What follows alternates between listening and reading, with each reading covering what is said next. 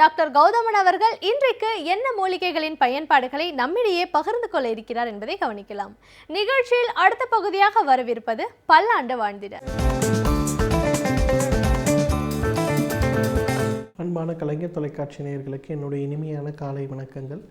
இன்றைக்கி நம்ம பார்க்கக்கூடிய தாவரத்துடைய பெயர் பச்சை கிழுவை அப்படின்னு சொல்லக்கூடிய ஒரு பால் வடியக்கூடிய வகையைச் சேர்ந்த ஒரு மர அல்லது புதர் வகை சாவரம் சொல்லலாம். பொதுவாக இந்த பச்சை கிழுவை பார்த்திங்கன்னா உலர்ந்த பாலைவனங்களில், சூடு அதிகமான பகுதிகளில், மலை மேடுகளில் வளரக்கூடிய ஒரு வகையான கள்ளி வகையைச் சேர்ந்த தாவரம். இதற்கு இலைகள் இருக்கிறத நம்ம பார்க்க முடியாது. பார்ப்பதற்கு நீட்டாக கொம்பு மாதிரி வரும்.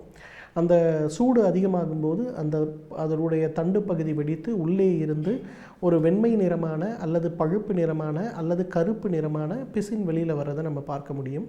இந்த பிசினை தான் நம்ம மருந்துக்கு பயன்படுத்துகின்ற ஒரு வழக்கத்தை வைத்திருக்கிறோம். இந்த பச்சை கிழுவையை பொறுத்தவரையிலும் முட்டு வலிகளுக்கு இயற்கை கொடுத்திருக்கின்ற மிகச்சிறந்த வலி நிவாரணிகளில் ஒன்றுன்னு சொல்ல முடியும். ஏன்னா இன்றைக்கு நிறைய மாடர்ன் மெடிசனில் பார்த்திங்கன்னா நிறைய பேருக்கு வலி நிவாரண மாத்திரைகளை கொடுக்குறாங்க. அந்த வலி நிவாரண மாத்திரைகளை சாப்பிடும்போதே வயிற்று தொந்தரவு வராமல் இருக்கிறதுக்கு ஒரு பெயின் கில்லரை சாப்பிட வேண்டிய ஒரு அவசியம் இருக்குது. இருந்தாலும் கூட நிறைய பேருக்கு பார்த்திங்கன்னா இந்த வலி நிவாரண மாத்திரைகளை உட்கொள்ளும் போது வாய்ப்புண், குடல் புண், சிலருக்கு மோஷன் போகிறது கஷ்டமாகிறது, எரிச்சல் வர்றது, இந்த மாதிரி நிறைய தொந்தரவுகள் ஏற்படுறது நம்ம பார்க்குறோம். இந்த பச்சை கிழுவையுடைய மிக முக்கியமான ஒரு குணமே பார்த்திங்கன்னா இன்றைக்கு அமெரிக்காவில் இருக்கக்கூடிய ஒரு மருத்துவ பல்கலைக்கழகமும் கோயம்புத்தூரை தலைமையிடமாக கொண்டு வருகின்ற ஒரு ஆயுர்வேத மருத்துவ நிறுவனமும் சேர்ந்து கிட்டத்தட்ட 15 வருடங்களாக ஒரு ஆராய்ச்சியை மேற்கொண்டு வருகிறார்கள். அந்த ஆராய்ச்சியுடைய முக்கியமான மருந்தே இந்த பச்சை கிழுவை தான்.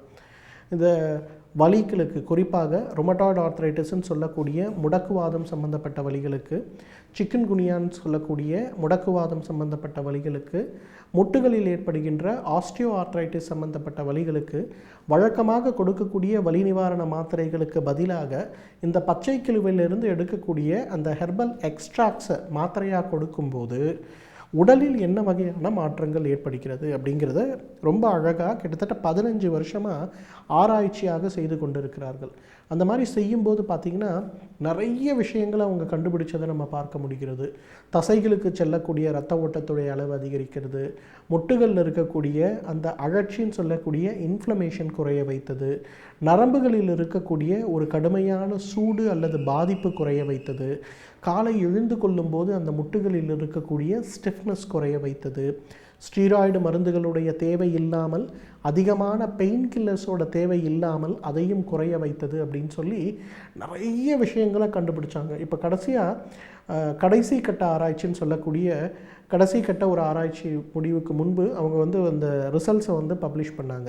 அந்த ரிசல்ட்ஸில் என்ன அழகாக நிரூபிச்சிருக்கிறாங்கன்னா, வழக்கமாக கொடுக்கக்கூடிய வலி நிவாரண மாத்திரைகள், டைக்ளோஃபெனாக்னு சொல்லக்கூடிய அந்த வலி நிவாரண மாத்திரைகளோ அல்லது வலிகளுக்கு கொடுக்கக்கூடிய, குறிப்பாக ரொமட்டாய்டு ஆர்த்ரைட்டிஸ்க்கு கொடுக்கக்கூடிய சில வகையான ஸ்டீராய்டு சம்பந்தப்பட்ட மாத்திரைகளோ கொடுக்கும்போது உடலில் என்ன வகையான மாற்றங்கள் ஏற்படுகிறது, அதுக்கு பதிலாக பச்சை கிழுவையிலிருந்து எடுக்கக்கூடிய இந்த எக்ஸ்ட்ராக்ட்ஸை கொடுக்கும்போது என்ன வகையான மாற்றங்கள் ஏற்படுகிறதுங்கிறது ஒரு கம்பேரிசன். அதை செய்து பார்க்கும்போது இந்த மாடர்ன் மெடிசன் எடுத்துக்கொள்ளும்போது ஏற்படுகின்ற பக்க விளைவுகள் எதுவுமே இந்த பச்சை கிளை கொடுக்கும்போது இல்லை அப்படிங்கிறது முதல் விஷயம்.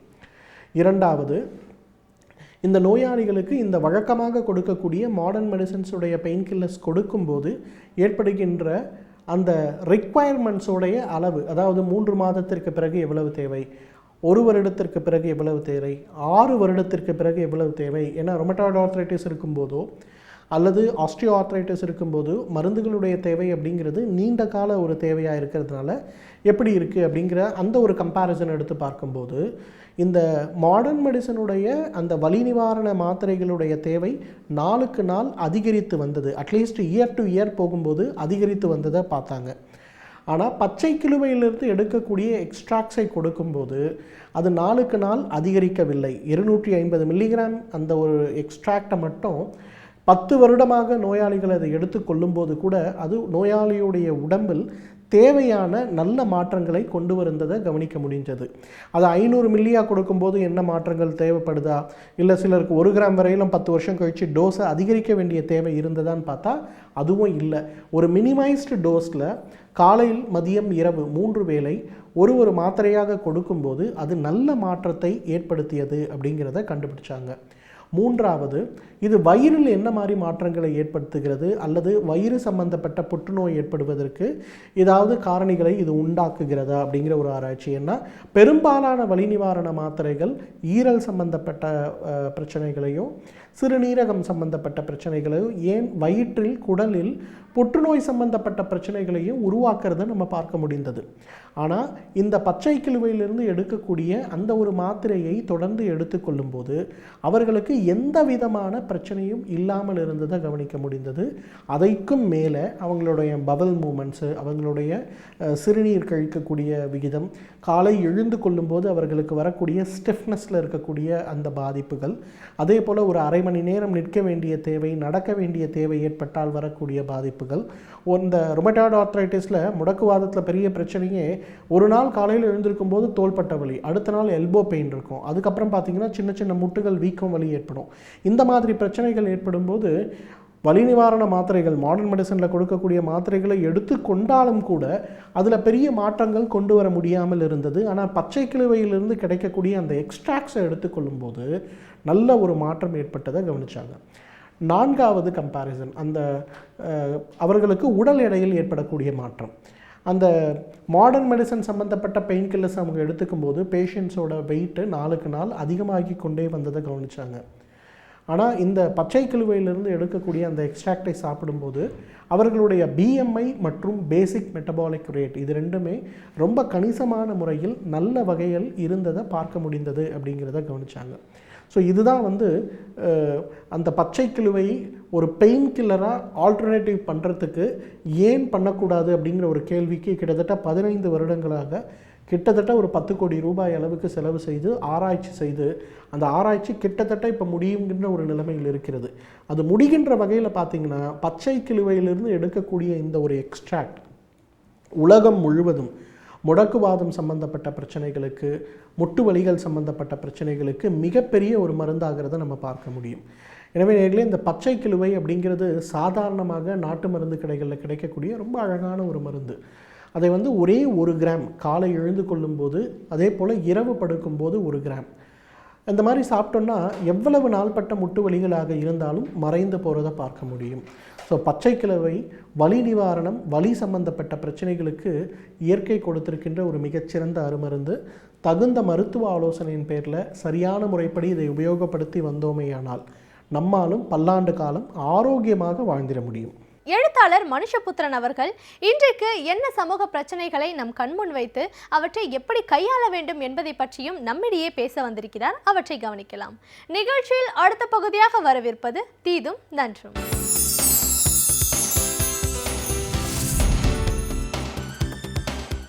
வணக்கம் நண்பர்களே, இன்னும் ஒரு இனிய காலை பொழுதில் தீதும் நன்றும் நிகழ்ச்சியில் உங்களை சந்திப்பதில் மிக்க மகிழ்ச்சி அடைகிறேன்.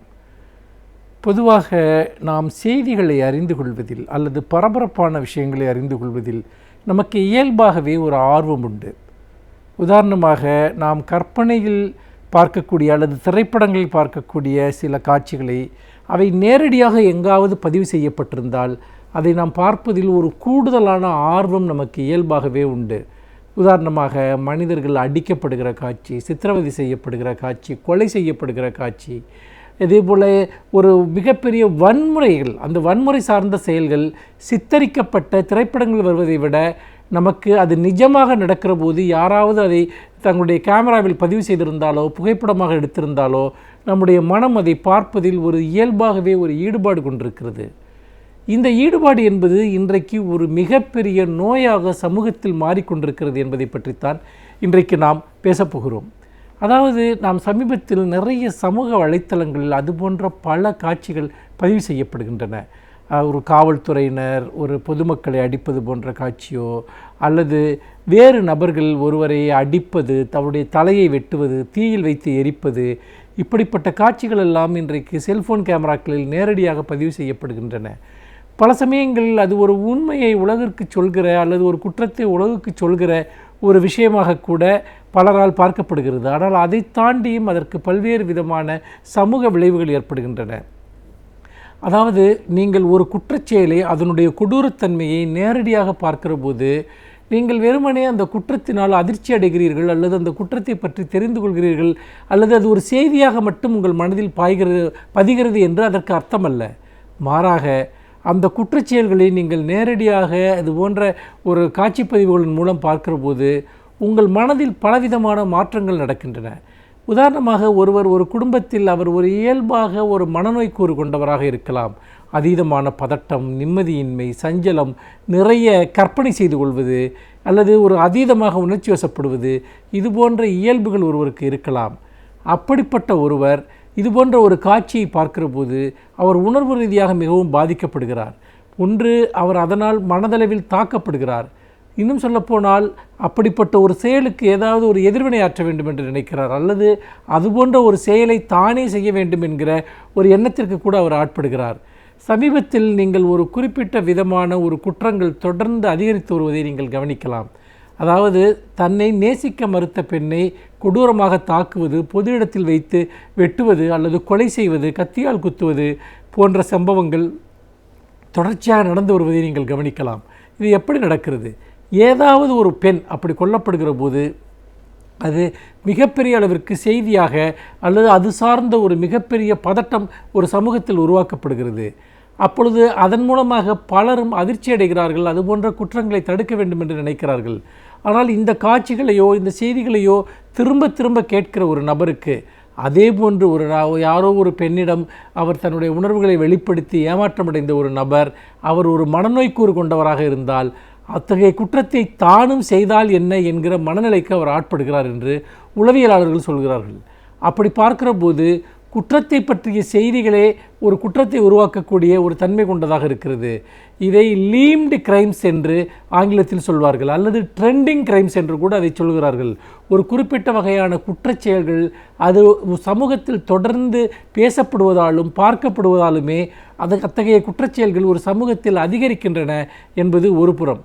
இன்னொரு புறம் நீங்கள் பார்த்தீர்கள் என்றால் இது போன்ற ஒரு குற்றச்செயல்களை அல்லது வன் செயல்களை நாம் தொடர்ந்து புகைப்படங்களாகவோ அல்லது வீடியோ காட்சிகளாகவோ பார்த்து கொண்டிருப்பதன் மூலமாக வன்முறை என்பது நமக்கு பழகிப்போன ஒன்றாக, எந்த அதிர்ச்சியும் ஊட்டாத ஒன்றாக, இன்னும் சொல்லப்போனால் நம்முடைய உள்மனதினுடைய ஒரு கேளிக்கையாக கூட அது மாற ஆரம்பித்து விடுகிறது. இந்த சூழ்நிலையில் தான் ஒரு மிகப்பெரிய பொறுப்பு நம் அனைவருக்குமே இருக்கிறது என்று தோன்றுகிறது. அதாவது நீங்கள் இப்படி ஒரு குழுவோ தனிநபரோ ஒரு மனிதர் இன்னொரு மனிதர் மீது நீங்கள் இழைக்கிற அந்த வன்முறைகளை நீங்கள் தொடர்ந்து தொலைக்காட்சிகளில் ஒளிபரப்புவதோ சமூக வலைத்தளங்களில் பரவச் செய்வதன் மூலமாக சமூகத்தில் பல்வேறு விதமான பதட்டங்கள் உருவாகின்றன. குழு சார்ந்த வன்முறைகள், அதாவது ஏதாவது ஒரு இனப்பிரச்சனையிலோ அல்லது மொழி பிரச்சனையிலோ மத பிரச்சனையிலோ ஜாதி பிரச்சனையிலோ ஒரு நபர் இன்னொரு குழுவால் தாக்கப்படுகிற போது அந்த தாக்குதலை நீங்கள் நேரடியாக நீங்கள் தொலைக்காட்சியில் ஒளிபரப்பினாலோ அல்லது வாட்ஸ்அப் போன்ற சமூக வலைத்தளங்களில், ஃபேஸ்புக் போன்ற சமூக வலைத்தளங்களில் நீங்கள் அதை பரப்பினாலோ அதன் மூலமாக புதிய பல சமூக மோதல்கள் ஏற்படுவதற்கான வாய்ப்புகள் ஏற்படுகின்றன.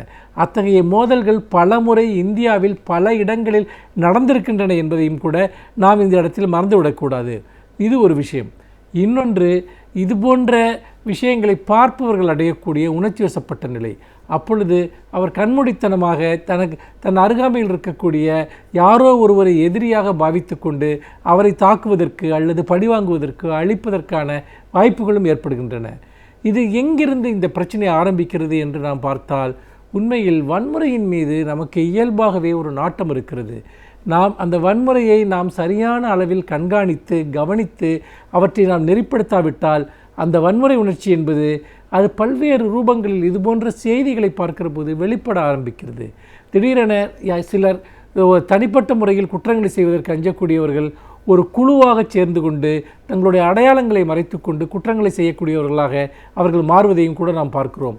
ஒரு குழு வன்முறை என்பது கூட இப்படித்தான் ஒரு சமூகத்தில் உருவாகிறது. இது ஒரு பிரச்சனை. இன்னொரு விதமாக நீங்கள் பார்த்தீர்கள் என்றால் இது உண்மையில் குற்றத்தின் மீதான ஒரு ஆசையை உண்டு பண்ணுகிறது. சிலர் அந்த குற்றத்தை நாமும் செய்து பார்த்தால் என்ன என்கிற ஒரு விதமான மனத்தூண்டுதலை அவர்கள் அடைகிறார்கள். இது எல்லோரும் இதை செய்வதில்லை. ஒரு சிலர் ஏற்கனவே பலவீனமான மனநோய் கூறு கொண்டவர்கள் இத்தகைய ஒரு நிலைக்கு ஆட்படுகிறார்கள். குழந்தைகள் இது போன்ற விஷயங்களை பார்க்கிற போது அவர்களுடைய மன அமைப்பே பெருமளவிற்கு இது போன்ற காட்சிகளின் காரணமாக சிதைந்து விடுகிறது என்று உளவியலாளர்கள் தொடர்ந்து சுட்டி காட்டுகிறார்கள். என்று கேட்டால் குழந்தைகளுக்கு அவற்றினுடைய அறம் சார்ந்த நீதி சார்ந்த விஷயங்களை பிரித்தறிய முடியாது. முதலில் அந்த காட்சிகளை அவர்கள் பயத்துடன் பார்க்க ஆரம்பிக்கிறார்கள், பிறகு ஆர்வத்துடன் பார்க்க ஆரம்பிக்கிறார்கள், பிறகு அந்த காட்சிகளை அவர்கள் கற்பனை செய்து கொள்ள ஆரம்பிக்கிறார்கள்.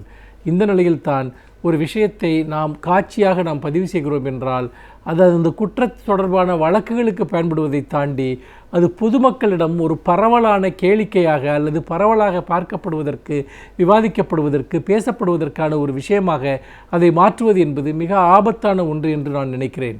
இதன் மூலமாக தொடர்ந்து அது போன்ற குற்றங்கள் பெருகுவதை தவிர வேறு எதுவுமே ஒரு சமூகத்தில் நடப்பதில்லை.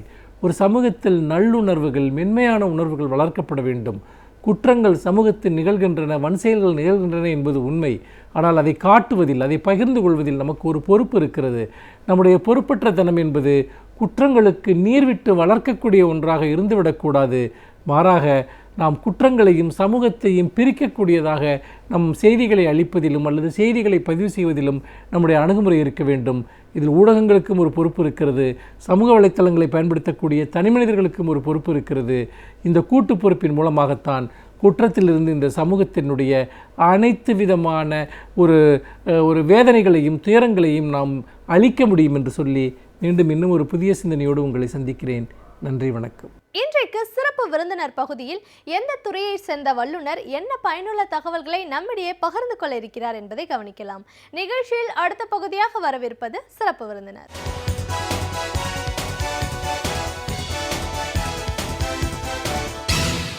வணக்கம் நேயர்களே, விடியலே வா நிகழ்ச்சியின் சிறப்பு விருந்தினருக்கான நேரம் இது.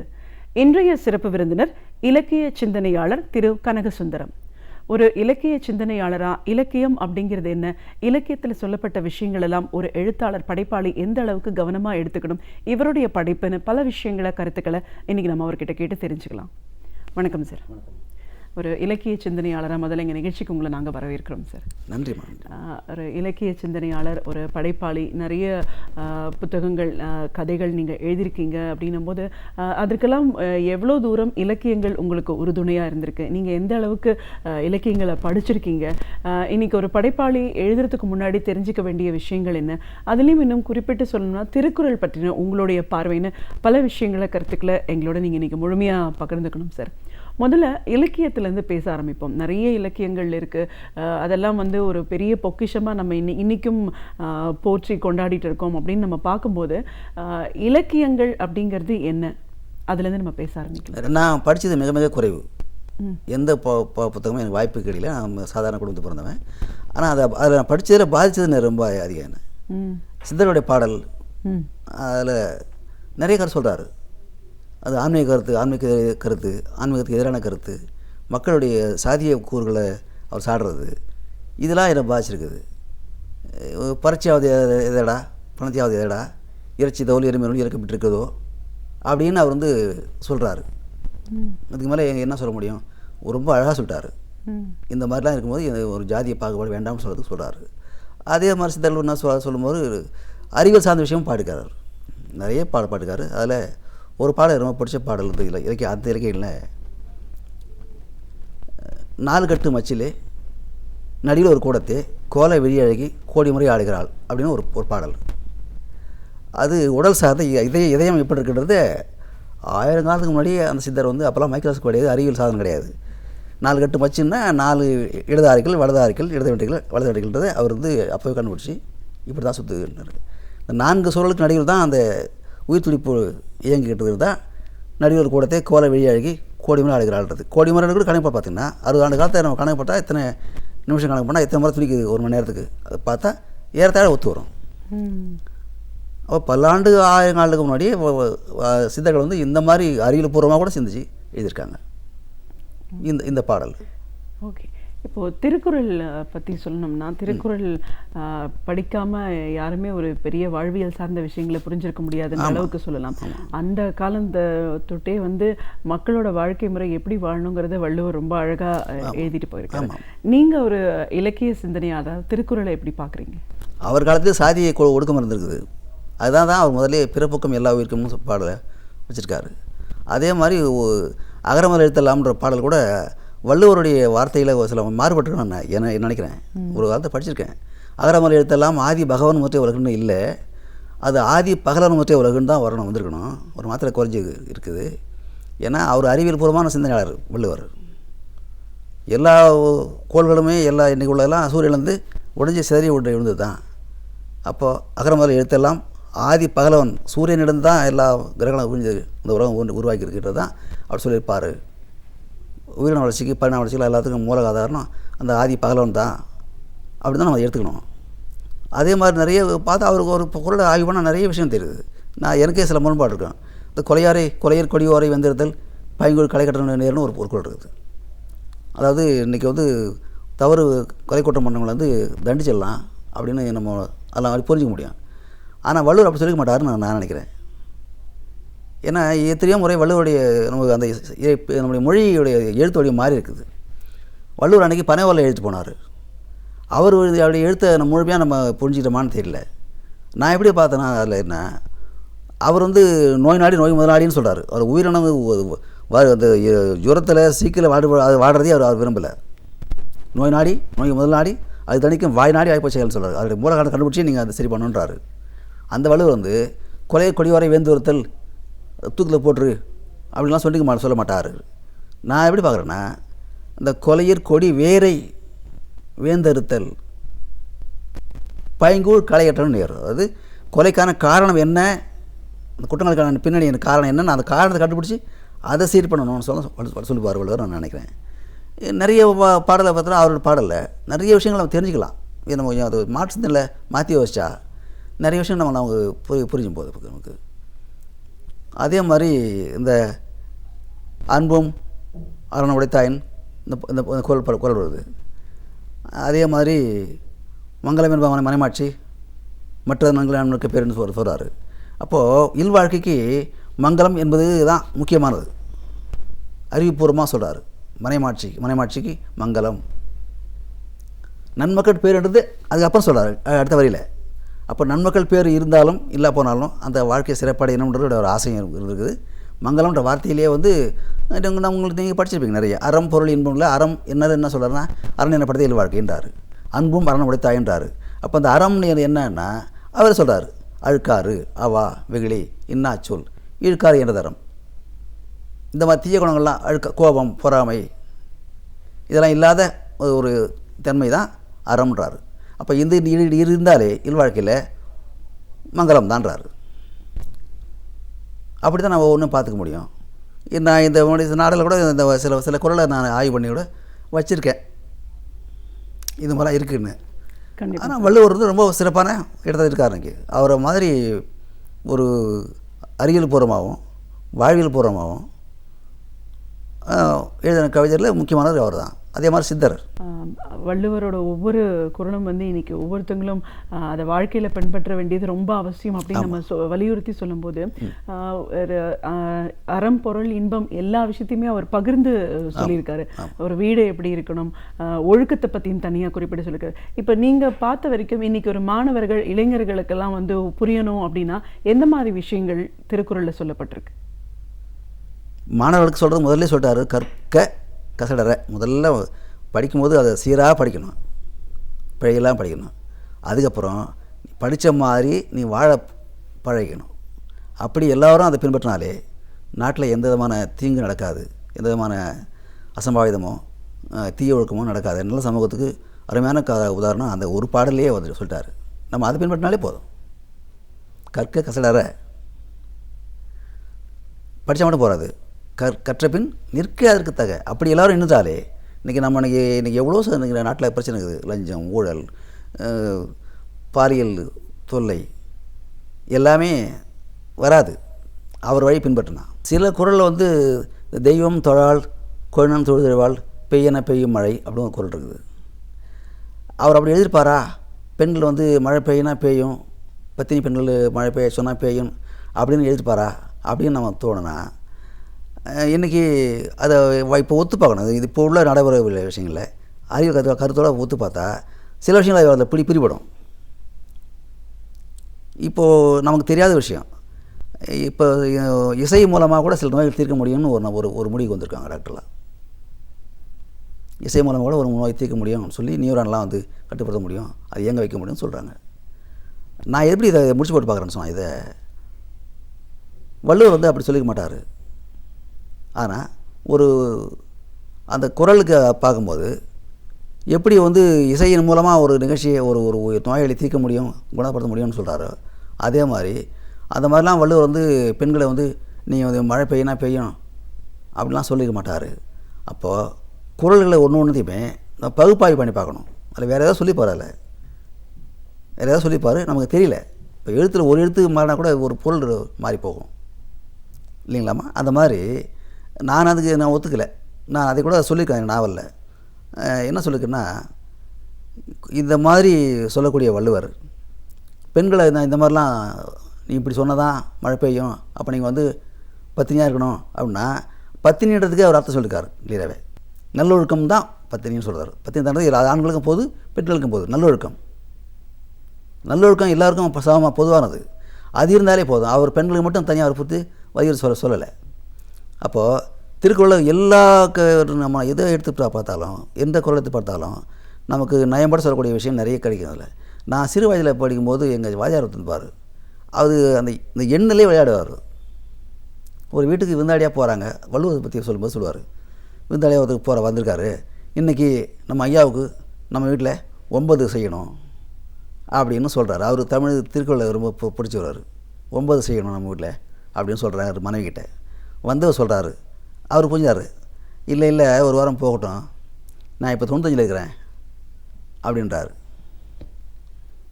எண்ணிலேயே என்னென்னா 9ஆம் அதிகாரம் விருந்தோம்பல், வந்தவருக்கு விருது கொடுக்கலான்னு அந்த அம்மா சொல்கிறாங்க. அவர் மருந்து 95, நான் பதியத்தில் இருக்கிறேன், உடம்பு சரியில்லாத மருந்து சாப்பிட்டுருக்கேன், இப்போ வேண்டாம்ன்றது அவர் நான் 95 இருக்கிறேன் அப்படின்றாரு. அப்போது இந்த எண்ணுங்களில் கூட திருவிழா ஆய்வு பண்ணி பார்க்கலாம் உங்களுக்கு. இது மாதிரி நிறைய கேள்விப்பட்டிருக்கேன். நிறைய தெரிஞ்சுக்க ஆசை, ஆனால் அந்தளவுக்கு நான் முடியல, படிக்கலை. தெரிஞ்ச வரைக்குமே திருக்குறளை மாதிரி ஒரு நல்ல குறள். ஏன்னா பிறப்போக்கும் எல்லா உயிருக்கும்னு சொன்னது காலகட்டம் வந்து சாதிய கொடுமையும் தீண்டாமல் இருந்த காலத்தில் தைரியமாக சொன்னக்கூடிய ஒரு நபர், ஒரு படைப்பாளி. அதே மாதிரி அவர் சொன்னதில் மிக பெரிய விஷயம் அறிவு சம்மந்தமாக.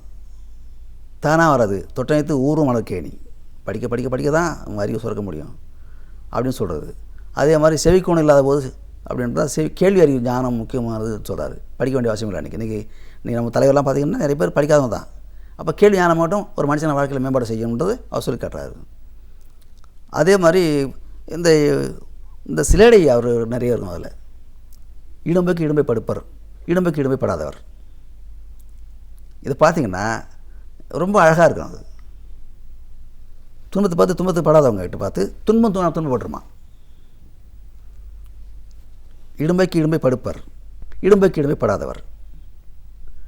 அதே மாதிரி செய்தக்க அல்ல செய்ய கெடும், செய்தக்க செய்யாமையானும் கெடும். ஒரு வார்த்தைகளை வச்சு 2 முன்பாடு காட்டுற ஒரு அழகு வள்ளுவர்கிட்ட இருக்குது. இது மாதிரி நிறைய குறள் சொல்லினே போகலாம். நான் ஏன் சொல்கிறதுலாம் இதுதான். இந்த மாதிரி ஒரு வார்த்தைகளில் அவர் விளையாடிக்காரு திருவள்ளுவர். இந்த அழகு, இலக்கிய அழகு. அதே மாதிரி நன்றியை உணர்ச்சி காட்டணும். என் நன்றி கொண்டாருக்கும் உய்வில்லை. அது உய்வுன்றது வந்து நம்ம தப்பாக நினச்சக்கூடாது. அவர் மோட்சத்துக்கு ஒன்றும் சொல்லலை. அவர் உனக்கு வந்து உய்வு இல்லை என்பது நீ நல்லதுக்கு வர்றதுக்கு வாய்ப்பு இல்லை, நன்றியை மறக்கக்கூடாதுன்றது தான் அப்படி சொல்வார். ஒரு கண்டிப்பு குரலாக தான் சொல்கிறார் அவர். அதே மாதிரி எனத்தாலும் நல்லவை கேட்க, நல்லதே கேளு.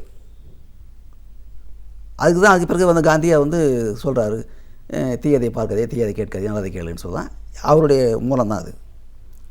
இப்படி ஏராளமாக சொல்லலாம். வள்ளுவருடைய குரலை பார்த்திங்கன்னா நிறைய குரல் சொல்லலாம். எல்லாம் வாழ்வியலுக்கு சம்மந்தமுள்ள குரல், வாழ்வியலுக்கு அது எதிரான விஷயங்கள்லாம் அவர் சாடியிருக்காரு. இதெல்லாம் பார்த்திங்கன்னா வள்ளுவரை மாதிரி ஒரு மிகச்சிறந்த ஒரு அறிவாளி, ஒரு ஒழுக்க சேர, நம்ம பார்த்துருக்க முடியாது. அவரை மாதிரி நம்ம இருக்கணும் தான் நம்ம விரும்புகிறோம். இந்த சமுதாயம் அப்படி தான் நடைபோடணும், அவருடைய பாதை தான் நடைபோடணும். ஆனால் அப்படி யாரும் இருக்கிறது இல்லை. அதுதான் எங்களை மருமகளுக்கு வருத்தம். திருக்குறளை படிக்கிறோம், அது மாதிரி நடக்க முடியலையே, நடக்க மாட்டாங்களே என்ற வருத்தம் இருக்குது. ஆனால் வரும், இனி வரும் காலங்களில் திருக்குறளை ஒடியொற்றி அதே மாதிரி வாழணும், திருக்குறளை படித்த மாதிரி நடக்கின்ற இதெல்லாம் சமுதாயம் வரும். இப்போ மாறிக்கிட்டு இருக்கிறோம், முன்ன மாதிரிலாம் கிடையாது. இப்போ படைப்பு அப்படிங்கிறவங்களுக்கு படைப்பு அப்படிங்கிறது வந்து படிக்கிறவங்களுக்கு என்ன மாதிரியான விஷயங்களை கொண்டு போய் சேர்க்கிறதா இருக்கணும்? அறிவை சேர்க்கணும். முதல்ல ஒரு படைப்பை பார்க்கும்போது அங்கே உள்ள அறிவு கொண்டு போய் அவங்களுக்கு சேர்க்கணும். ரெண்டாவது, தீய ஒழுக்கங்களை விட்டு விலக செய்கிற அளவுக்கு அந்த அந்த படைப்பு இருக்கணும். இன்றைக்கி எல்லா படைப்பும் அப்படி தான் இருக்குது. அந்த படைப்பாளி அந்த எழுத்தாளர் என்ன சொல்ல வந்தாரோ அந்த அந்த நோக்கம் அது முழுமையாக மக்கள்கிட்ட போய் சேரணும், சேர்க்கணும். சேர்க்குற கடமையும் அவருக்கு இருக்குது. அதை உள்வாங்கிற அந்த அந்த கடமையும் மக்களுக்கு இருக்குது. ரெண்டு தரப்புலையும் இருக்கணும். படைப்பாளிக்கும் தன்னுடைய படைப்பை ரொம்ப ஜாக்கிரதையாக மக்களுக்கு நல்லது மட்டுமே சொல்லிக் கொடுப்பவர்களாக அவர் எழுதணும். அதை மக்களும் உள்வாங்கிக்கணும். இது ரெண்டு நடக்கணும். நடந்தால் தான் வந்து சமூகம் வந்து மேலான சமூகமாக வரும். அப்போது நீங்கள் கேட்ட மாதிரி என்ன கொண்டு போகணும் மக்கள்கிட்டனா, நல்ல சிந்தனையை, நல்ல ஞானத்தை, நல்ல ஒழுக்கங்களை சொல்லித்தரணும்.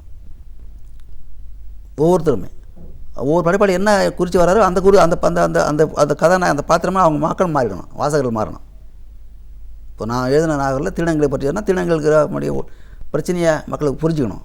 அப்போ அவங்களையும் நம்ம சமூகத்தில் அவங்க நம்மளுடைய மனுஷால் தான், நம்முடைய மக்கள் தான் அவங்க அப்படின்னு அவங்கள நம்ம ஏற்றுக்கிற அந்த சமுதாயம் வரணும்.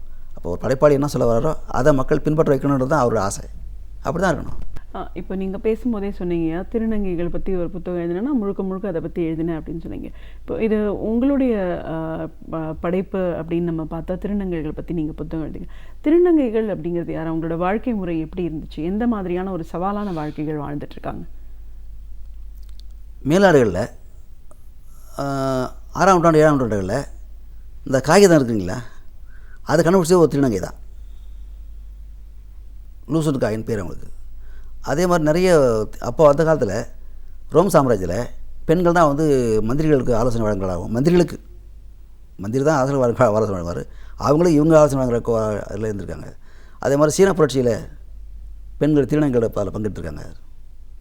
அப்புறம் காஜர் வம்சத்தை தோற்றித்த முகமது காஜர், அவர் திருநங்கை தான்.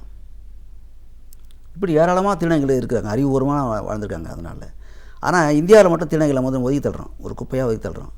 அது ஏன்னு பார்த்தோம்னா, இங்கே வந்து திருநங்கைகளை நம்ம மதிக்கிறதில்ல. அது ஒரு 3ஆம் பாலினு இப்போ சொல்கிறோம், கொஞ்சம் மரியாதை கொடுத்துக்கிறோம். அவங்கள அதுக்கு முன்னாடி அவங்களுக்கு சொன்ன வேறெல்லாம் வேறு. ஆனால் நம்மக்கிட்ட தான் அங்கே வராங்க. 2 பெற்றோர்களிலேருந்து அவங்க உருவாகிறாங்க. அது அறிவியல் உடல் சார்ந்த மரபணு மூலமாக அவங்க மாறி போகிறாங்க. ஆனால் அறிவியல் அவங்க எதுவும் குறைஞ்சவங்க இல்லை. அவங்களுக்கு வாழ்க்கை வாய்ப்பு கொடுத்தா மிகச்சிறந்த அறிவாளியாகவும் மிகப்பெரிய கவிஞராகவும் எல்லா துறையிலும் அவங்க முன்ன வாய்ப்பு இருக்குது. நம்ம அதுக்கு வாய்ப்பை மறுக்கிறோம் அவங்களுக்கு. நான் பார்த்த வரைக்கும் திருநங்கைகளை வந்து வழியில் பிச்சை எடுத்து போகிறத பார்க்கும்போது மனசு கஷ்டமாக இருக்குது. ஏன்னா இது சாதிய கொடுமை காட்டிலும் மேலான ரொம்ப மோசமான கொடுமை. அது ஒரு குறிப்பிட்ட ஜாதியை ஒதுக்கி வச்ச காலம் ஒரு காலம், இனம் சார்பாக நிறம் சார்பாக நிறைவேறியை காமிச்சு கருப்பின மக்களுக்கு ஒதுக்கி இருந்தாலும் ஒரு காலம். ஆனால் ஒரு குடும்பத்தை பிறந்த ஒரு குழந்தைய ஒரு குறிப்பிட்ட காலத்துக்கு நம்ம பிள்ளையா பொண்ணாக கருதிட்டு அதுக்கப்புறம் அந்த குழந்தையோட உடலில் மாற்றம் வந்தப்புறம் இது வேணாம், இது இருந்தால் நமக்கு அவமானம்னு நினைக்கிறது குடும்பம் இருக்கு பாருங்கள். அந்த குழந்தை எங்கே போவான்? அப்புறம் ரோடில் தான் அலையணும். அப்போது எல்லாத்தையும் விட தீண்டாமையை விட கொடுமையானது இதுதான். ஆண்கள் கூட இன்றைக்கி வெளியில் போனால் அவங்களுக்கு மரியாதை இருக்குது. ஒரு கழிப்பறை கூட போனால் போக முடியும். ஆனால் பெண்கள் அவங்க போக முடியாது, அவங்களை யாரும் மதிக்கிறதில்ல. அப்போது அவங்க நம்மளோட இருக்கணும். அப்போது குடும்பத்திலேருந்து பெண்களை அந்த மாதிரியான பெண்களை திருநங்கைகளை நம்ம ஒதுக்கி வைக்காமல் நம்மளுடைய பிள்ளைகளாக பாதுகாக்கிற பழக்கம் இன்றைக்கி மேல்நாட்டில் இருக்குது. நம்ம நாட்டில் அது இல்லை. ஏன்னா மத பழக்கங்களே அது காட்டுறாங்க. அரவாணிகள் நான் பஞ்சாங்கம் பார்த்துருக்கேன், அதுலேயே வருது அலிகள் இதில் வந்து அவசகனம்னு. சரி வச்சுங்களா? இப்போ மதமே ஒரு போடுதுங்க. அப்புறம் எங்கேருந்து மக்கள் அது மதத்தை பின்பற்ற மக்கள் எங்கேருந்து நான் நினைப்பாங்க. அப்போ இந்த மாதிரி அந்த கருத்து, இந்த மாசு கருத்துலாம் ஒதுக்கி தள்ளணும். திருநங்கைகளை பற்றி முதல்ல ஒரு கவிதை எழுதினேன் நான். முதல்ல அதுங்க கடைக்கடையாக போய் பிச்சை கேட்கறது பார்த்து எனக்கு மனசு கஷ்டமாக போச்சு எனக்கு. ஒரு வீட்டில் பிறந்த குழந்தையே நம்ம ஒதுக்கி தள்ளி விடுறது, அது என்ன நியாயம்? அது 4 பிள்ளை பிறந்த குழந்தையே அப்படின்னு. அது குடும்ப உறவுகள் எம்மை குப்பையாய் ஒதுக்க சாலை கடை வியாபாரிகள் வீசும் சில்லறையை எங்கள் உள்ளங்கைகள் வாங்குகையில் எங்கள் சுயமரியாதையை கல்லறைக்குள் புதைபடுவதாய் கணக்கிறது மனது. சாலை கடை படிக்கட்டில் விடம் கல்வி சாலை படிக்கட்டில் தான் எமக்கு காலத்தின் கட்டாயம். காலத்தின் கட்டாயம் அப்படின்னு எழுதியிருக்கேன். அதுக்கப்புறமா கடைகள் தூரம் ஒலிக்கும் எங்கள் கைத்தட்டல் ஓயும் காலம் ஒரு நாள் வரும், வராமல போகும், வரும். அப்போது எங்களையும் மதித்து எல்லோரும் கைத்தட்டுவார்கள். இப்படி திருநங்கையில் ஒரு கவிதை எழுதினேன். இப்போ சாலை கடையில் வியாபாரிகள் காசு வாங்குறதை விட கல்வி சாலை படிக்கல் தான் அவங்களுக்கு முக்கியம். படித்தாங்கன்னா தான் அவங்க மேலே வர முடியும். படிக்கிற வாய்ப்பு அவங்களுக்கு தரணும். அப்படி தான் எழுதி வச்சிருந்தேன். இந்த கவிதையை படித்த நிறைய பேர் வந்து இப்போ படிக்கும்போது எனக்கு திருநங்கை மீது ஒரு பாசம் வருது, நம்ம அவங்களை நேசிக்கணும் தோணுதுன்னு சொன்னாங்க. சரி, ஏன் நாவலாகக்கூடாது அப்படின்னு தான் மாலைகள் சொல்லி ஒரு நாவல். அது 2012 எழுதின நாவல். அது நான் எழுதி அப்போவே எனக்கு பாதிச்சதில் எழுதி வச்சுட்டேன். இப்போ தான் அது நான் இந்த 11ஆம் தேதி வெளியிட போகிறாங்க. நாங்கள் சொல்கிறது என்னென்னா, திருநங்கைகளை படிக்க வைக்கணும். முதல்ல குடும்பத்தில் ஒருத்தராக எப்படி பிறந்தாங்களோ அதே உரிமையோடு அவங்க வாழணும். ஆனால் இது போதனையாக சொல்லிட்டா யாரும் ஒத்துக்க மாட்டாங்க. அப்போ சட்ட ரீதியான ஒரு அவங்களுக்கு ஒரு வாய்ப்பு தரணும். அப்போ இடஒதுக்கீடு கேட்குற மாதிரி நான் அதில் வச்சுருக்கேன். நாவலில் இடஒதுக்கீடு தரணும் அவங்களுக்கு. எப்படி ஒரு தாத்திட்ட மக்கள்லாம் வந்து ஒன்று சேரதுக்கு வாழ்க்கையில் மேம்படுறதுக்கு இடஒதுக்கீடு தரமோ, எப்படி அந்த தீண்டாமையும் சாதியெல்லாம் கொஞ்சம் குறையுதோ, அது மாதிரி திருநங்கைகளுக்கு இடஒதுக்கீடு கொடுத்து அவங்களுக்கு கல்வியிலையும் வேலைவாய்ப்புகளும் கொடுத்தா தான் அவங்க சமூகத்தில் ஒருத்தராக சமூகம் ஏற்றுக்கும். கண்டிப்பாக படித்த திருநங்கைகளுக்கு உள்ள மரியாதை படிக்காத திருநங்கைகளுக்கு இல்லை இல்லைங்களா?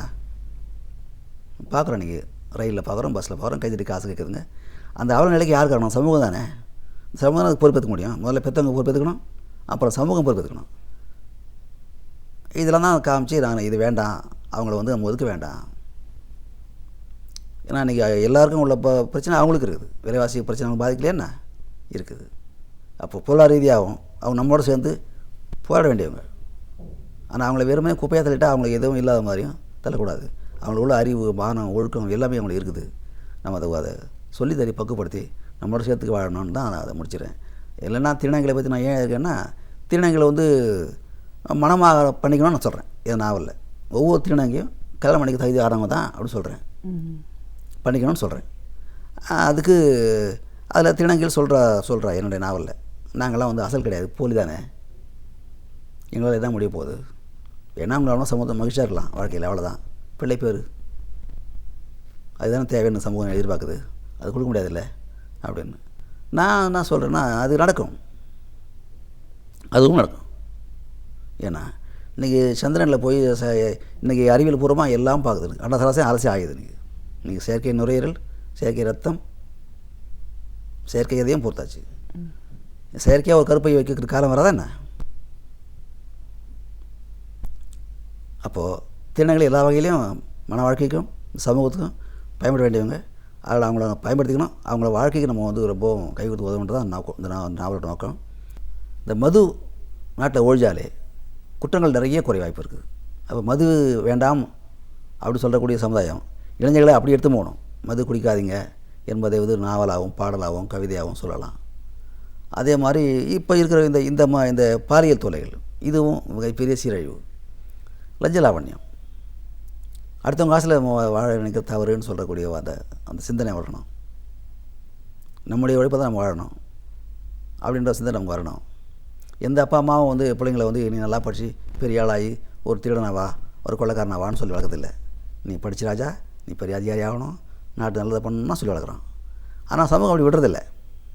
பெற்றவங்க ஆசைப்பட்றாங்க, ஆனால் சமூகத்துக்கு வேலை இல்லை, பிள்ளைங்களுக்கு வேலை இல்லை கிடைக்க இதுட்டா எங்கே போவாதுங்க, சாராயங்காய்ச்சி போவோம். அப்போது இந்த மாதிரி பிள்ளைங்களை நல்ல சிந்தனை வளர்க்கக்கூடிய மாதிரி சொல்லணும்.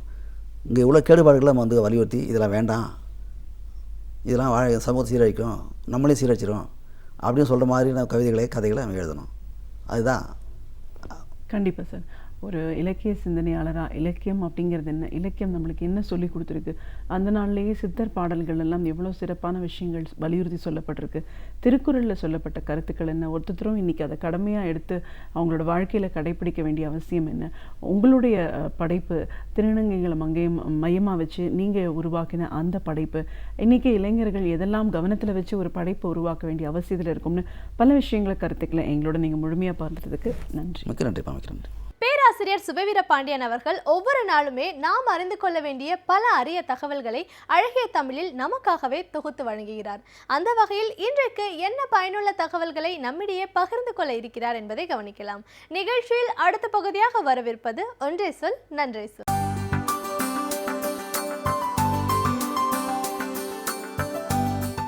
அனைவருக்கும் என் அன்பு வணக்கம்.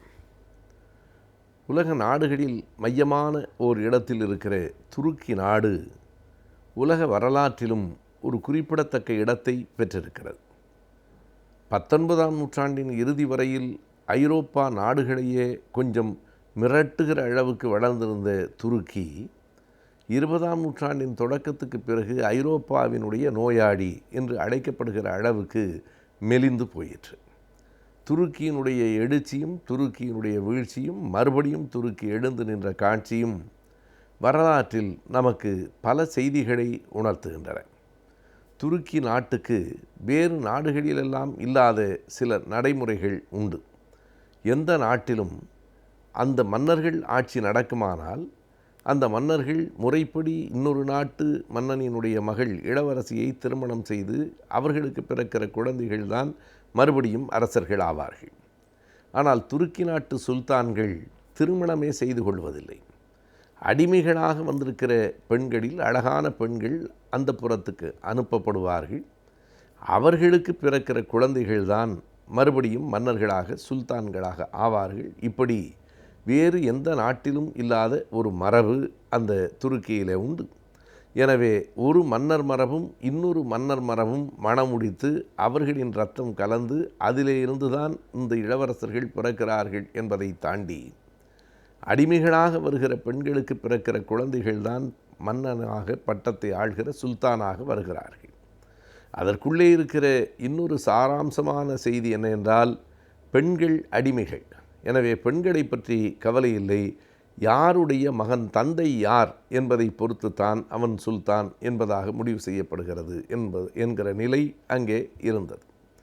இந்த காலகட்டத்திலே தான் துருக்கி புற உலகில் பல்வேறு விதமான போர்களை சந்தித்து கொண்டே இருக்கிற நிலையும் ஏற்பட்டது. குறிப்பாக ரஷ்யாவை ஆண்ட ஜார் மன்னர்களுக்கும் துருக்கியின் சுல்தான்களுக்கும் இடையில் தொடர்ந்து போர்கள் நடைபெற்றன. அவர்களின் வரலாற்றை பார்த்தால் 18, 19ஆம் நூற்றாண்டு முழுவதும் 1870 வரைக்கும் கூட போர்கள் ஓயவே இல்லை. மிக கடுமையான போர். ஒரு பக்கத்திலே ரஷ்யாவோடு போரை நிகழ்த்தி கொண்டே இருந்தது துருக்கி என்றால், இன்னொரு பக்கத்தில் ஐரோப்பாவோடு போட்டி போட்டு முன்னேற முடியாமல் மோதிக்கொண்டும் இருந்தது. துருக்கியினுடைய பழமையும் ஐரோப்பாவினுடைய புதுமை நவீனமும் ஒரு நெருடலான மோதலை காலந்தோறும் சந்தித்து கொண்டிருந்தன. ஐரோப்பாவை பொறுத்தளவு அங்கே ஒவ்வொரு யுகங்களிலும் ஒவ்வொரு 10 ஆண்டுகளிலும் பல புதிய புதுமைகள் வந்து கொண்டே இருக்கும். நவீனத்துவத்தை மிக எளிதாக உள்வாங்கிக் கொள்ளுகிற இயல்பு ஐரோப்பியர்களுக்கு உண்டு. ஆனால் கிழக்கு நாடுகளைப் போல பழமையில் காலூன்றி நிற்கிற நாடாகவே துருக்கி இருந்தது. எனவே ஐரோப்பாவோடு ஒரு கலாச்சார யுத்தமும் ரஷ்யாவோடு நேரடியான களத்து யுத்தமுமாக 2 பக்கங்களிலும் யுத்தங்களில் சிக்கிக்கொண்ட போதும் கூட துருக்கி எழுந்துதான் நின்றது. ஒரு கட்டத்தில் துருக்கியினுடைய பகுதியாகத்தான் அவ்வளவு பெரிய நாடு கிரேக்கமே இருந்தது. அந்த கிரேக்கம் 1829 துருக்கியை விட்டு வெளியேறி விடுதலை பெற்றது. அப்போதெல்லாம் சின்ன சின்ன ஊர்கள் ஒரு நாடு என்று கருதப்பட்டது. ஏதென்ஸ் ஒரு நாடு, கிரீஸ் ஒரு நாடு. ஏதென்ஸிலே அன்றைக்கு மொத்த மக்கள் தொகையே வெறும் 2000 தான். இன்றைக்கு பல லட்சம் பேர் அங்கே இருக்கிறார்கள். ஏதென்ஸ் என்பது ஒரு நகரம், அந்த ஒரு நகரம் ஒரு நாடு. அங்கே 2000 பேர் தான் மொத்த குடிமக்கள். ஆனாலும் அவர்களுக்கு ஒரு பெரிய பண்பாட்டு வலிமை உண்டு. பல தொன்மையான இலக்கியங்கள், தொன்மையான வரலாறு அவர்களுக்கு உண்டு. எனவே கிரீஸ் என்கிற பகுதியை, ஏதென்ஸை தன் உள்ளே வைத்திருக்கிற அந்த பெருமையை துருக்கி கொண்டிருந்தது, அதையும் இழந்தது. எனவே இப்படி பல்வேறு மோதல்களுக்கு பிறகும் துருக்கி உறுதியாகத்தான் இருந்தது.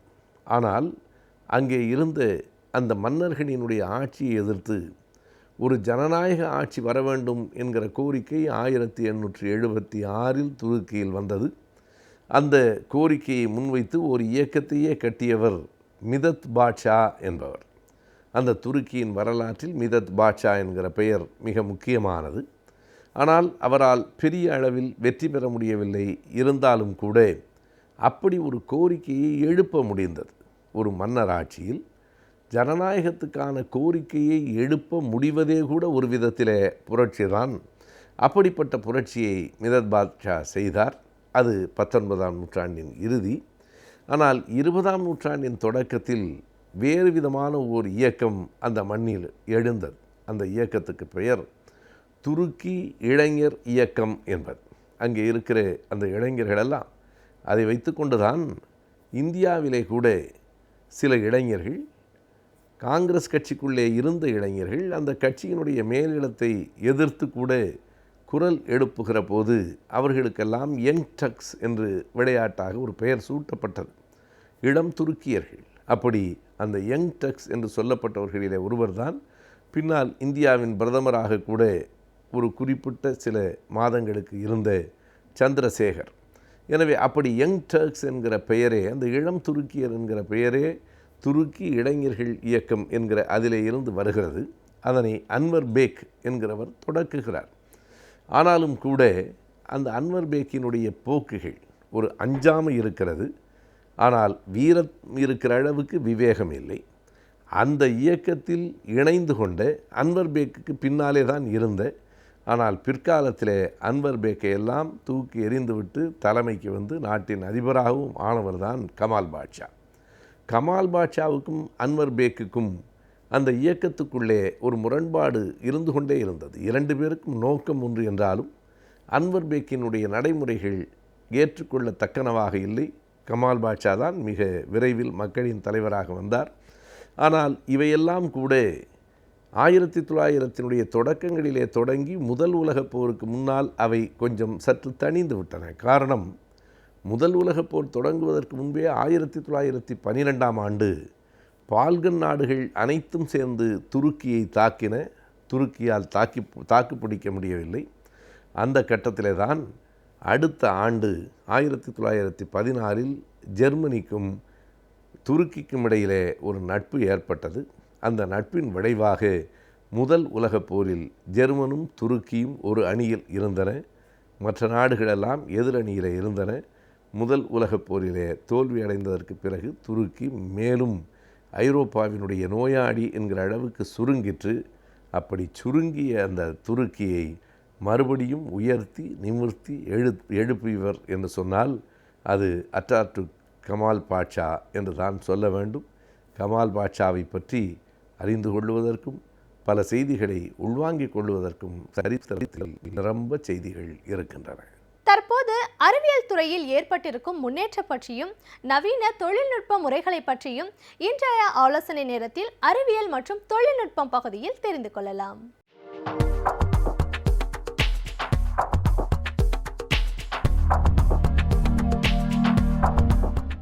வணக்கம். போன வாரம் நம்ம அந்த ஏடிஎம் மிஷின் எப்படி இயங்குகுது அப்படிங்கிறத பாதி பார்த்தோம். இந்த வாரம் அதன் தொடர்ச்சியாக அதையும் பார்த்துட்டு அப்புறம் இந்த கேலிப்ரேஷன்னா என்ன அப்படிங்கிறத பற்றி நம்ம பார்ப்போம். ஏற்கனவே சொன்ன மாதிரி நம்ம கார்டை கொடுத்த உடனே அந்த பணத்தை போட்டோன்னே நம்ம கணக்கில் பணம் இருந்தால் பணம் நம்ம கணக்கிலிருந்து மாற்றப்பட்டு ஏடிஎம்முக்கு எலக்ட்ரானிக் ஃபண்ட் ட்ரான்ஸ்ஃபராக வந்துடும். அதன் பின்பு இந்த கேஷ் டிஸ்பென்சர் அந்த பணத்தை எண்ணி அந்த எங்கே நம்ம பணம் வரணுமோ அந்த வெளியில் வரக்கூடிய அந்த சேனல் மூலம் நமக்கு வெளியே தள்ளும். அப்படி தள்ளுறதுக்கு முன்னால் இன்னொரு வகையான ஒரு செக் இருக்குது. அது என்ன பண்ணும், அங்கே ஒரு லேசர் ஒன்று இருக்கும். அது என்ன பண்ணும், நம்முடைய நோட்டை திக்னஸ் எல்லாம் வெரிஃபை பண்ணும். அதனுடைய தடிமானம் சரியாக இருக்கா அப்படின்னு. அதில் மடிஞ்சிருந்தால் கூட அது சரியாக அக்செப்ட் பண்ணிக்காது, கிழிஞ்சிருந்தாலும் பண்ணாது. ஆக அதை பார்த்துட்டு என்ன பண்ணணும், அந்த நோட்டை ரிஜெக்ட் பண்ணி உள்ளே தள்ளிடும். அது ஏற்கனவே தனியாக ஒரு ரிஜெக்ட் ட்ரேன்னு ஒன்று இருக்கும். அந்த ட்ரேயில் அந்த பணம் போய் விழுந்துடும். ஆக மிச்சம் சரியாக இருக்கிற பணம் நமக்கு வரும். இதுதான் நடைமுறையில் உள்ள இதனுடைய இயக்கம். சுருக்கமாக சொல்ல போனோம்னா, இப்போ இந்த பணத்தை தள்ளக்கூடிய இந்த கேஷ் டிஸ்பென்சரை பற்றி தான் இப்போ நம்ம இன்றைக்கி கேலிபிரேஷனுங்கிற பற்றி பேச போகிறோம். நமக்கு இந்த 20 நாட்களாக ஏடிஎம்மில் பணம் வராமல் இருப்பதற்கான ஒரு காரணம் என்ன சொல்லப்படுதுன்னு கேட்டிங்கன்னா, கேலிப்ரேஷன் ஏடிஎம் மிஷினை இன்னும் கேலிப்ரேட் பண்ணலை. அதாவது கேலிப்ரேட் அப்படின்னா அளவை திருத்துறது.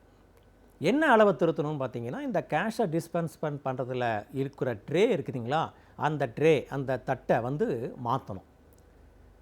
அந்த தட்டு எந்த வகையில் இருக்குன்னா, வழக்கமாக 4 வகையான தட்டுக்கள் 4 வகையான ட்ரே இருக்கும். பொதுவாக இப்போ இருக்கிற இந்த நிலவரத்திற்கு முன்னால் இந்த 500 1000 நோட்டுக்களை செல்லாதுன்னு அறிவிப்பதற்கு முன்னால் பார்த்தீங்கன்னா, ஏடிஎம்மில் இருந்த இந்த 4 ட்ரேயில் மொதல் ட்ரே வந்து 1000 ரூபாயும், அல்லது 2 ட்ரே 3வது ட்ரே 500 ரூபாயும், 4வது ட்ரே 100 ரூபாயோ, இல்லது 100 500 1000மோ அப்படி தான் இருக்கும். ஆக 2 ட்ரே 500ம் 1 ட்ரே 1000 ரூபாயும் 1 ட்ரே வந்து 100 ரூபாயும் வைப்பதற்காக சீரமைப்பிக்கப்பட்டிருக்கும். அதாவது என்னென்னு கேட்டிங்கன்னா, ஒவ்வொரு நோட்டும் ஒரு அகலம் ஒரு நீளம் வாக்கில் இருக்கும். அதுக்கு ஏற்ற மாதிரி அந்த ட்ரேயை வந்து அமைச்சிருக்காங்க. ஸோ அந்த இப்போ 1000 ரூபா இருக்கிற ட்ரேயில் நீங்கள் 1000 வச்சா தான் அது அக்செப்ட் பண்ணிக்கும். அதே மாதிரி 500 ரூபா ட்ரேயில் 500 வச்சா தான் அக்செப்ட் பண்ணிக்கும். 100 ரூபாயில் அது மாதிரி தான் இருக்கும். இப்போ இந்த 4 ட்ரேயில் ஒன்றில் வந்து 100 ரூபாயும், 2ல் 500 ரூபாயும், இன்னொன்றில் 1ல் 1000மும், ஆக 4 ட்ரேயும் இப்போ இருக்கிற இந்த நிகழ்வு இந்த 500 1000 நோட்டுக்களை செல்லாதுன்னு அறிவித்ததன் காரணமாக 500 ரூபாயும் பழைய 500 ரூபா நோட்டை வைக்கவும் முடியாது. அதனால் அது செயலிழந்து போயிடுச்சு. 1000 ரூபா வைக்க முடியாது. அதனால் அந்த ட்ரேயும் செயலிழந்து போச்சு. அப்போ மிச்சம் இருக்கிற ஒரு ட்ரே என்னன்னு பார்த்தீங்கன்னா, இந்த 100 ரூபா ட்ரே தான். ஆக இந்த பணத்தை நம்ம டிஸ்போஸ் பண்ணுறதுக்கு அந்த டிஸ்பென்சருக்கு கொடுக்கக்கூடிய கம்ப்யூட்டர் இன்ஸ்ட்ரக்ஷன்ஸ் என்னவாக இருக்கணும், 100 ரூபா ட்ரேலேருந்து மட்டும்தான் எடுத்து தர சொல்லணும். ஆக அதனால தான் இந்த புது 1000 ரூபா நோட், புது 2000 ரூபா நோட்டு ரிலீஸ் பண்ணோன்னே அதனுடைய சைஸ் வந்து இதனோட ஒப்புத்துப்படாத கொஞ்சம் பெரிய சைஸாகவோ அல்லது அகலம் கம்மியாகவும் இருந்ததன் காரணமாக இந்த ட்ரேயை கேலிப்ரேட் பண்ணணும் அப்படின்னு சொன்னாங்க. கேலிப்ரேஷன் அந்த அளவை வந்து திருத்தணும். கிட்டத்தட்ட 2,20,000 ஏடிஎம்கள் இந்தியாவில் இருக்கிறதாக ஒரு புள்ளிவிவரம் சொல்லுது. ஒரு ஏடிஎம்மை இந்த மாதிரி கேலிப்ரேட் பண்ணுறதுக்கு அந்த அளவை மாற்றுறதுக்கு கிட்டத்தட்ட எப்படியும் ஒரு மணி நேரத்தில் 2 மணி நேரம் வரைக்கும் ஆகும். அதுவும் கூட இந்த ஏடிஎம் மிஷினுடைய பொறுப்பாளர்கள், அதாவது அது அவுட் சோர்ஸாக இருந்தாலும் சரி அல்லது பேங்காக இருந்தாலும் சரி, ஏடிஎம் மேனுஃபேக்சரர்கள் அல்லது பணத்தை நிரப்பத்துக்காக இருக்கின்ற தேர்ட் பார்ட்டி, இவங்கெல்லாம் ஒருங்கிணைந்து வந்து செஞ்சாலே 1 மணிலேருந்து 2 மணி நேரத்துக்கு ஆகும். அதனால தான் இந்த தாமதங்களும் கூட சொல்லப்படுகிறது. ஆக இந்த கேலிப்ரேஷனில் இப்போ நம்ம வந்து 100 ரூபாயை மட்டும்தான் இருக்கிற பணத்தை அனுப்ப முடியுங்கிறத மாற்றி அப்புறம் 2000 ரூபாய்க்கு மட்டும் நம்ம பண்ணியிருக்காங்க. இப்போ திரும்ப மறுபடியும் 500 ரூபா நோட்டு எங்கெங்கெல்லாம் வர ஆரம்பிச்சிருக்கோ இப்போ தமிழ்நாட்டுக்கு, அப்போ அந்த பணத்தை நம்ம அதுக்கேற்ற மாதிரி அந்த ட்ரேயை கேலிப்ரேட் பண்ணணும். அதாவது அதனுடைய அளவை வந்து மாற்றணும். ஆக இந்த மாதிரியான முறைகளுக்கு பேர் தான் ஏடிஎம் கேலிப்ரேஷன்னு பேர். இந்த ஏடிஎம் கேலிப்ரேஷன் ஏற்கனவே செய்யப்படாதன் காரணமாகத்தான் தான் இந்த நோட்டுக்களை செல்லாதுன்னு அறிவித்து அதுக்கப்புறம் பொதுமக்களுக்கு இந்த நோட்டு சப்ளையை கொண்டு வர முடியாததற்கு முக்கிய காரணமும் இதுவும் ஒன்றா சொல்லப்படுது. அப்புறம் நோட்டினுடைய பிரிண்டிங் மிஷின்லேருந்து ப்ரெஸ்லேருந்து வந்ததும் தாமதங்கிறது இன்னொரு காரணமாகவும் சொல்லப்படுது. ஆக இப்போ இந்த நம்ம ஏடிஎம் ஆட்டோமேட்டிக் டெல்லர் மிஷினில் எப்படி நம்ம பணம் வெளியில் வரப்படுது அல்லது எப்படி நமக்கு அந்த கேலிப்ரேஷன் பண்ணப்படுதுங்கிறத பற்றி நம்ம பார்த்தோம். இந்த ஏடிஎம்மில் நம்ம பயன்படுத்துகின்ற போது சில வகையான சிக்கல்கள், அதாவது சிரமங்கள் அப்படிலாம் வர ஆரம்பிக்கும். இப்போ புதுசாக வரக்கூடிய சிரமம் அப்படின்னு பார்த்தீங்கன்னா, இப்போ என்ன சொல்லியிருக்காங்க, நிறைய பேர் பயன்படுத்துறதுனாலையும் அது சுத்தப்படாமல் இருப்பதனாலையும் காரணத்தினால சில ஹியூமன் வைரஸஸ்லாம் அதில் வர ஆரம்பிக்குது. முன்ன கம்ப்யூட்டர் வைரஸ் இருந்தது போக இப்போ எல்லோரும் அதை தொட்டு பண்ணிகிட்டு இருக்கிறனால இந்த வைரஸ்லாம் வர ஆரம்பிக்குது. அதனால் கொஞ்சம் நம்ம அதை பயன்படுத்தணுன்னு கையை கழுவுனா தேவையில்லைங்கிறது கூட சொல்லப்படுகிறது. ஆக இந்த ஏடிஎம்முடைய நிகழ்வுகளை வரக்கூடிய பிரச்சனைகளில் இப்போ புதிதாக சேர்ந்திருக்கிற ஒரு பிரச்சனைன்னு பார்த்திங்கன்னா, அதில் இருக்கிற ஜம்ஸ். இந்த ஜம்ஸு நம்முடைய உடலில் புகக்கூடிய வாய்ப்புகள் இருக்குங்கிறது ஒன்று. ரெண்டாவது, தகவல் தொடர்பு பாதுகாப்பாளர்கள்லாம் சொல்லக்கூடிய முக்கியமான நிகழ்வுகள் என்னென்னு கேட்டிங்கன்னா, கம்ப்யூட்டரில் இருக்கக்கூடிய சாஃப்ட்வேரில் இப்போ ஒரு புது வகையான வைரஸை புகுத்திருக்காங்க. அதனால தான் கிட்டத்தட்ட பார்த்திங்கன்னா ஒரு 6 லட்சம் கார்டை State Bank of India block பண்ணிட்டாங்க. இதனால் பாதிக்கப்பட்ட மொத்த கார்டுகளுடைய எண்ணிக்கையை வந்து ரொம்ப அதிகமாக இருந்ததுனால நிறைய பேர் கார்டுகளுடைய உடனடியாக அதனுடைய பின் நம்பரை மாற்ற சொல்லி சில வங்கிகள்லாம் நம்முடைய வாடிக்கையாளருக்கு சொல்ல ஆரம்பித்தாங்க. இது ஒரு வகையான பிரச்சனை நமக்கு. அத்தோட கார்டுகளுடைய ஸ்கிம்மிங் சொல்லக்கூடிய இந்த ஏடிஎம் மிஷினில் சில உபகரணங்களை இந்த திருடர்கள் பதிச்சு வச்சுருவாங்க. அதனால தான் நம்ம அந்த ஏடிஎம் மிஷினுக்குள்ளே போகிறப்ப வழக்கமாக இருக்கிற ஏடிஎம்முடைய அமைப்பை மீறி வேறு ஏதாவது மிஷின்கள் எங்கேயாவது அல்லது பகுதிகள் ப்ரொஜெக்டாக இருந்தால் நம்ம ஜாக்கிரதையாக இருக்கணுங்கிறது. என்ன காரணம் கேட்டிங்கன்னா, நம்ம கொடுக்குற கார்டை ஆக்சுவலாக அந்த ஏடிஎம் மிஷின் வந்து உள்ள ரீடர் வந்து ப்ராசஸ் பண்ணணும்னு சொன்னோம் இல்லைங்களா, அந்த ப்ராசஸை அந்த ரீடர் பண்ணாமல் அந்த அந்த ரீடருக்கு முன்னால் வைக்கப்பட்டிருக்கிற இந்த அடிஷனல் சாதனம் வந்து என்ன பண்ணும், இந்த தகவல்களை திருடிக்கும். அதுக்கப்புறம் இந்த மிஷினை வச்சவங்க என்ன பண்ணுவாங்க, அந்த தகவல்களை எடுத்துகிட்டு போயிடுவாங்க. அதே மாதிரி அந்த கீபோர்டில் நம்ம வந்து நம்மளுடைய எண்களை அமுத்துறப்ப இந்த எண்கள் வந்து பார்க்கப்படுகிற வாய்ப்புகள் இருக்குது. அதுவும் பார்த்திங்களாக இப்போல்லாம் கும்பல் இருக்கிறனால ஏடிஎம்மில் ஒருத்தர் நம்ம ஆப்ரேட் பண்ணுறப்ப இன்னொருத்தர் வெளியில் நிற்கணுங்கிறது விதிமுறை. ஆனால் யாருமே இருக்கிறதில்ல, உள்ளே 2-3 பேர் வந்துடுறாங்க. அதனால் நம்ம வந்து தகராறு பண்ண முடியாது. உண்மையிலே சொல்லப்போனால் போகக்கூடாது. அப்படி இருக்கிற பட்சத்தில் அது எப்படி தவிர்ப்பதுன்னு பார்த்திங்கன்னா, அந்த நம்பரை நம்ம கையை மூடி வச்சுக்கிட்டு நம்ம பண்ணணும். 2 வகையில். ஒன்று அந்த ஷோல்டர் சர்ஃபிங்கிற மெத்தடில் பக்கத்தில் நின்று நம்ம என்ன அடிக்கிறோங்கிற பார்க்கக்கூடிய வாய்ப்புகளை தவிர்ப்பதற்காகவும், இன்னொன்று சில கேமராக்கள் ஹிடனாக அங்கே வந்து பதிக்கப்பட்டிருக்கோம். அதுக்கு நம்ம அடிக்கிற நம்பரை வச்சு தெரிஞ்சிடும். ஏற்கனவே கார்டு டீட்டெயில்ஸை இந்த அடிஷ்னலாக இருக்கிற சாதனம் மூலம் பெறக்கூடிய இந்த திருடர்கள் நம்ம அடிக்கிற நம்பரை கேமரா மூலம் பெற்றுக்கிறதுனால ரொம்ப ஈஸியாக ஒரு டூப்ளிகேட் கார்டு பண்ணி நம்ம கணக்கிலேருந்து பணத்தை எடுக்கக்கூடிய வாய்ப்புகள்லாம் இருக்குது.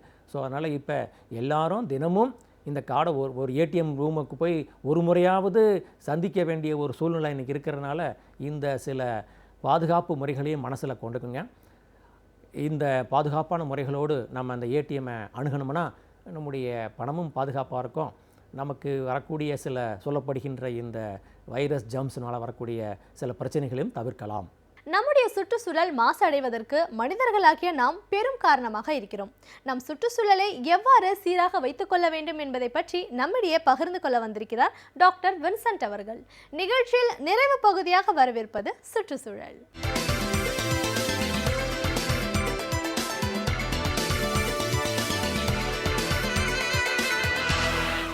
சுற்றுச்சூழலின் ஒரு முக்கியமாக அங்கே இருக்கக்கூடிய கடல், அதை கடல் என்று சொல்கிற பொழுதே எப்பொழுதும் ஓயாமல் அலையோடு இருக்கக்கூடிய ஒரு சுற்றுச்சூழல். ஆனால் இன்றைக்கு அந்த கடலையும் கடல் சார்ந்த இடத்தை பற்றி உள்ள நிறைய புரிதல் நமக்கு தேவையாக இருக்கிறது. ஏனென்றால் புயல் வருகிற பொழுதோ அல்லது சுனாமி வருகிற பொழுதோ கடலை நாம் உற்று பார்த்து கொண்டிருக்கிறோம். ஆனால் இயற்கையாகவே நமக்கு பல வகையில் பயனுள்ள ஒரு சூழலை தந்து கொண்டிருக்கிற கடல் நம்முடைய வாழ்க்கையில் ஒரு முக்கிய அங்கமாகவே இருக்கிறது. ஆனால் இன்றைக்கு உலகம் முழுவதுமே ஒரு முக்கியமான திட்டத்தை பற்றி பேசிக்கொண்டிருக்கிறார்கள். என்னவென்று கேட்கிற பொழுது இன்டகிரேட்டட் கோஸ்டல் மேனேஜ்மெண்ட் என்ற ஒரு புது வரைவு திட்டத்தை உருவாக்கியதோடு இல்லாமல் இந்த திட்டத்தை 1992 ஆண்டு உலக தலைவர்கள் சுற்றுச்சூழல் பிரச்சனையை பற்றி விவாதிக்கிற பொழுது இந்த திட்டத்தை முனைப்போடு செயல்படுத்த வேண்டும் என்ற ஒரு சூழலை உருவாக்கி தந்தார்கள். அதுதான் இந்த திட்டம் இன்டகிரேட்டட் கோஸ்டல் மேனேஜ்மெண்ட் என்று சொல்லுகிற அந்த திட்டம். அதாவது ஒருங்கிணைந்த கடல் மேலாண்மை திட்டம். ஆனால் சுனாமி வந்த பிற்பாடு அந்த திட்டத்தை இப்போ அதிகமாக நம்முடைய நாடு விரிவுபடுத்திக் கொள்வதோடு இல்லாமல் அவற்றை எந்த அளவிற்கு நிலைநிறுத்தி செயல்படுத்தலாம் என்ற திட்டத்தை இன்றைக்கு அறிஞர்களும் அதிகாரிகளும் முனைப்போடு அதை பற்றி விவாதித்து கொண்டிருக்கிறார்கள். அதனுடைய விளைவாக இன்றைக்கு பல திட்டங்கள் உருவாக்கி கொண்டு வருகிறது. அதனால்தான் மத்திய அரசினுடைய சுற்றுச்சூழல் துறை இதற்கென்ற ஒரு பிரிவை உருவாக்கி அதன் மூலம் இந்த திட்டத்தை என்னென்ன செய்யலாம் என்று உருவாக்கி கொண்டிருக்கிறார்கள். இந்தியாவை பொறுத்தளவில் 7000 கிலோமீட்டர் அளவிற்கு நம்முடைய கடல் பரப்பு எங்கும் பறந்திருக்கிறது. தமிழகத்தை பொறுத்தளவில் 1000 கிலோமீட்டர் அளவிற்கு அதனுடைய கடல் பரப்பளவு. சென்னையிலிருந்து கன்னியாகுமரி வரைக்கும் அதனுடைய தொடர்ச்சியாக இருந்து கொண்டிருக்கிறது. அந்த வகையில் பார்க்குற பொழுது கிட்டத்தட்ட 8 விழுக்காடு முக்கியமான ஒரு பகுதியை உள்ளடக்கியதாக இந்த கடல் பகுதி இருக்கிறதோடு இல்லாமல் 25 விழுக்காடு நம்முடைய மக்களுக்கு பொருளாதார முன்னேற்றத்திற்கு தரக்கூடிய அந்த கொடைகளை நினைத்து பார்க்கிற பொழுது இந்த திட்டம் இன்றைக்கி ஒரு முக்கியமான திட்டமாக இருப்பதோடு இல்லாமல் இந்த கடலினுடைய மேலாண்மையை எந்த அளவிற்கு நிலைநிறுத்தலாம் என்று இந்த திட்டத்தை பற்றி இன்றைக்கு நமக்கு புரிதல் தேவையாக இருக்கிறது. உதாரணமாக எடுத்துக்கொண்டால் கடலினுடைய பரப்பு அல்லது அதனுடைய வரையறை நம்ம எளிதாக ஒரு வரையறை செய்த முடியாது. கடலினுடைய கரையை வைத்து மட்டும் நாம் இதுதான் அதனுடைய கடலுக்குள்ள நிலத்திற்கும் கடலுக்கும் உள்ள இடைவெளி அல்லது அதான் அதனுடைய எல்லை என்று நம்ம வரையறுத்திட முடியாது. ஏனென்றால் கடல் நான் ஏற்கனவே குறிப்பிட்டது போல எப்பொழுதுமே தொடர்ந்து அலைகளால் உருவாகி சில நேரங்களில் கடல் நிலப்பரப்பை எடுத்துக்கொள்ளுகிற சூழலும் இன்றைக்கி இருந்து கொண்டிருக்கிறது. ஆனால் தான் இந்த இன்டகிரேட்டட் கோஸ்டல் மேனேஜ்மெண்ட் என்ற திட்டத்தின் அடிப்படையில் அந்த கடலினுடைய பகுதியை வரையறைப்பதோடு இல்லாமல் எந்த அளவிற்கு அதை நாம் சரியான முறையில் மேன்மைப்படுத்த வேண்டும் என்ற ஒரு திட்டத்தை இதன் மூலம் உருவாக்கி கொண்டிருக்கிறார்கள். ஏன் இந்த இன்டகிரேட்டட் கோஸ்டல் மேனேஜ்மெண்ட் என்ற திட்டம் தேவை என்று பார்க்கிற பொழுது நம்முடைய பொருளாதார சமூக வளர்ச்சிக்கு இந்த கடல் நமக்கு பேர் உதவியாக இருக்கிறது. அதோடு ஒரு குறிப்பிட்ட மக்கள் தங்களுடைய வாழ்க்கை ஆதாரத்தை அதிலே வைத்திருக்கிறார்கள். அப்படி இருக்கிற பொழுது அதனுடைய அனைத்து பகுதிகளையும் பாதுகாக்க வேண்டும் என்னுடைய எண்ணத்தின் அடிப்படையில் தான் இந்த இன்டகிரேட்டட் கோஸ்டல் மேனேஜ்மெண்ட் சிஸ்டம் என்பது இன்றைக்கு தரப்பட்டிருக்கிறது. அதனால்தான் கடல் பகுதியில் கரையிலிருந்து நிலத்தில் 500 மீட்டர் அளவிற்கு நாம் எத்தகைய வளர்ச்சி திட்டத்தையும் செய்யக்கூடாது என்ற ஒரு புதிய நிபந்தனை இப்பொழுது வந்திருக்கிறது. ஆனால் தான் இந்த ஒரு கட்டடத்தை கட்டுவதோ அல்லது வேறு ஏதோ ஒரு டெவலப்மெண்ட் என்று சொல்கிறார்களே அது போன்ற வளர்ச்சி திட்டங்களை 500 மீட்டருக்கு உள்ளாக செய்யக்கூடாது என்ற அந்த திட்டம் இன்றைக்கு ஒரு பெரிய நல்ல மாற்றத்தை தந்திருக்கிறது என்று சொல்லலாம்.